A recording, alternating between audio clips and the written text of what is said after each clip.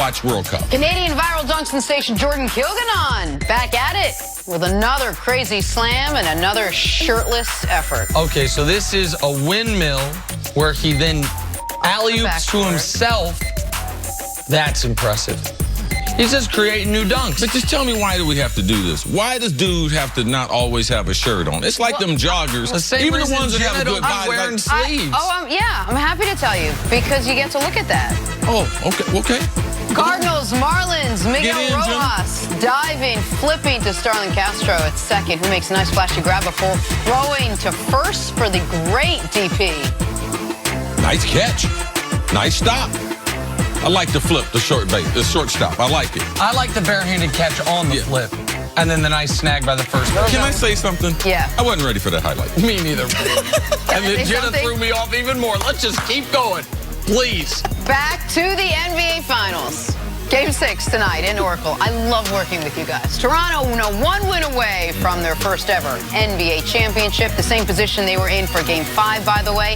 Kawhi Leonard has been phenomenal, averaging a shade under 30 and 11 in the finals. See, how much pressure is on Kawhi and the Raptors this evening?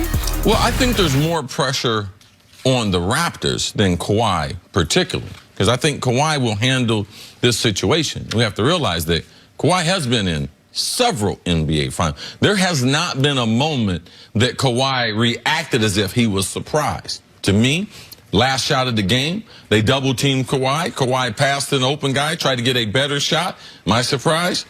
No, not surprised at all. In that situation, that he didn't take it. People say in the Philadelphia game, he took a shot, he went past a double team.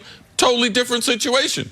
Anyone comparing the two final shots it shows such a misunderstanding of basketball, what was going on in Philly and how he was being guarded, and the situation in a tie game where you have to hold for the final shot, where you don't mind taking a bad contested shot there because you have the safety blanket of overtime, and where they were in that situation where if there is criticism of the play, they maybe should have gone a little faster because you're only down one. If you miss, you want to be able to foul, you have your timeout to advance it. Those are apples and bowling balls. Those are not comparable situations. Yeah, I just believe the other players on the Raptors, there's more pressure on them, especially early in the game. If they don't make shots, and especially from the three-point. Let's watch them. Can they shoot 50% in the first quarter? Not from the field, but from the three-point line, because it will open up things later in the game, and it will make it easier for Kawhi Leonard. And I wouldn't be surprised if Kawhi puts up a couple threes early to try to ignite their offense. But, Nick, how much of what CeCe said falls on Kawhi? Getting the other guys involved, getting the other guys to put up shots early, especially a guy like Kyle Lowry, who could be hot or cold in these postseason finals. Even in this postseason where he's been better at it, what you're talking about right there is not Kawhi's strength. It's not what he's there for. He is not the distributor. He is everything else. He's the best defender on the team. He has turned himself amazingly somehow into arguably the best three-point shooter on the team, obviously the best mid-range guy on the team, the best interior scorer on the team, and these playoffs, the best rebounder on the team. He has been, even in Game 5 when he was struggling, skying above people and using that claw of a hand to snatch important rebounds. He is not going to be the guy that makes sure Danny Green gets going. That's on Nick Nurse and Kyle Lowry. That's on coach and point guard. Kawhi Leonard, I agree, early in this game, he's had a few 15-point quarters in these finals. 15's a big number. He needs to have a double-digit first quarter to calm his team, to remind his team, guys, we've been better than them the whole series. Chris Mannix and you alluded to, how does Kyle Lowry respond to having the finals in his hand and Draymond tipping the shot? I must say, the guy who touched the ball before him, Fred VanVleet had the ball. It was deep three, but it was an open three. How does Fred VanVleet respond to what I would imagine is extreme what-if regret of, why not just shoot it? I could have won the finals. I could have, how do you respond as an athlete to a missed opportunity, and does that have a lingering effect? I always try to get into how athletes respond.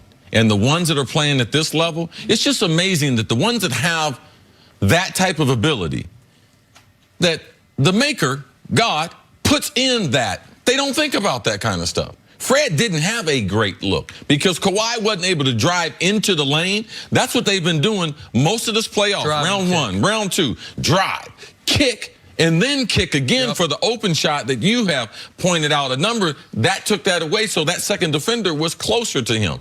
I just believe it's easier for them to blank it out. I'm going to go back to what Nick Nurse said when they won the first game in Oracle to take a 2-1 lead. We come here to win one.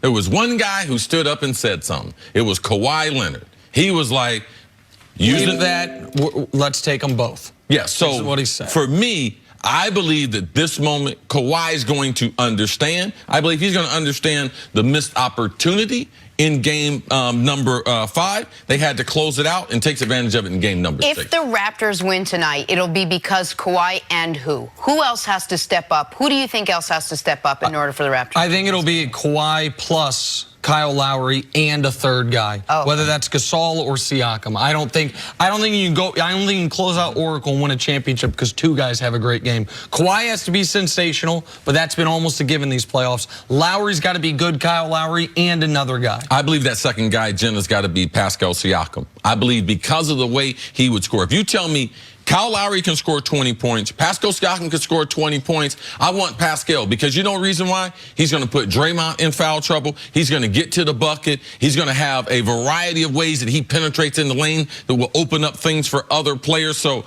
I'd like to see Pascal Siakam. If there's a number 2, I need him to have a good game. And if Siakam gets to 20 and it's not because he's at the bucket, it's because he has hit those wide open threes they're giving him. And if he hits a few of those, it will destroy the integrity of the Warriors defense because their game plan is leave him open. He starts making them. You can't do that anymore. That opens everything up for the other guys. And Draymond can't afford any more foul trouble. Well, if he gets a technical in this game, even if they win, he's not there for game 7. Now, that would be unbelievable. But I think he would have to throw a chair at a ref to get a technical tonight. I do not think it's going to be a lot of emotion. I don't think that's going to be an easy task.